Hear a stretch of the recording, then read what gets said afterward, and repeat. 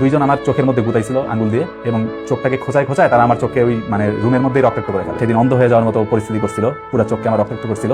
সে ছিল একজন শিবির কর্মী। তারা কিছু ইলেকট্রনিক সার্কিট নিয়ে আসছিল, আনে সেগুলা দিয়ে আমাকে ফাঁসায় যে আমি বিভিন্ন মানে শিবিরের জঙ্গি টাইপের কোনো জিনিস কাজকর্ম করতেছিলাম। সেখানে শিবির কর্মী হিসেবে ছিল হচ্ছে সাখাওয়াত হোসেন অভি, যে মানে সবচেয়ে বেশি ব্রুটালি নির্যাতন করছিল।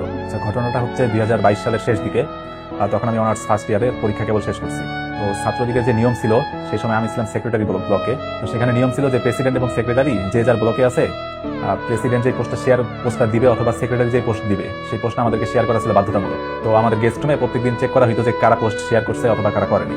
তো আমি প্রায় 10 মাস 11 মাস ধরে যতদিন থেকে হলে উঠছি, কখনোই প্রেসিডেন্ট সেক্রেটারির কোনো পোস্ট শেয়ার করতাম না।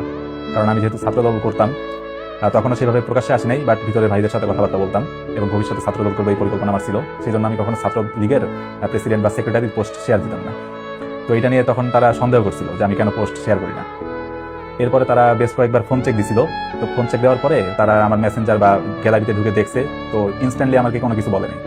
তো এরকম 2-3 দিন ফোন চেক দেওয়ার পরে তারপরে একদিন হঠাৎ করে আমাকে ডাকে যে আজকে তো গেস্ট রুমে ডাকতেছে রাত 1টার দিকে। তো রাত 1টার দিকে আমাকে যখন গেস্ট রুমে নিয়ে যায়, তারপর গেস্ট রুম থেকে দোতলার একটা রুমে নিয়ে গেছিল।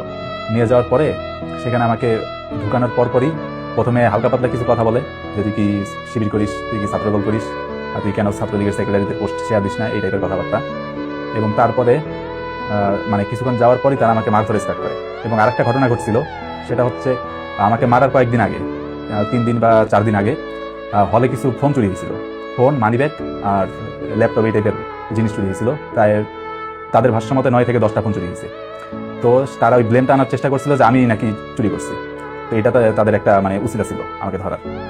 তো এরপরে যখন রাত 1টা থেকে নিয়ে প্রায় ভোর 7টা পর্যন্ত আমাকে মারধর করে সেখানে প্রায় গেস্ট রুমে 25 থেকে 26 জন ছিল।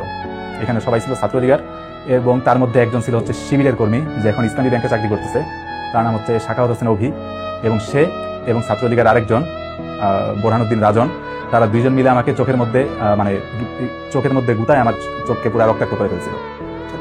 হ্যাঁ, মানে যে ছাত্রলীগের যতজন ছিল তাদের মধ্যে 2জন ছিল খুব ব্রুটাল, এবং এই 2জন আমার চোখের মধ্যে গুতাইছিল আঙ্গুল দিয়ে এবং চোখটাকে খোঁচায় খোঁচায় তারা আমার চোখে ওই মানে রুমের মধ্যেই রক্তাক্ত করে ফেলে। তো তখন আমি জানতাম না, তখন তো জানতাম যে তারা ছাত্রলীগ।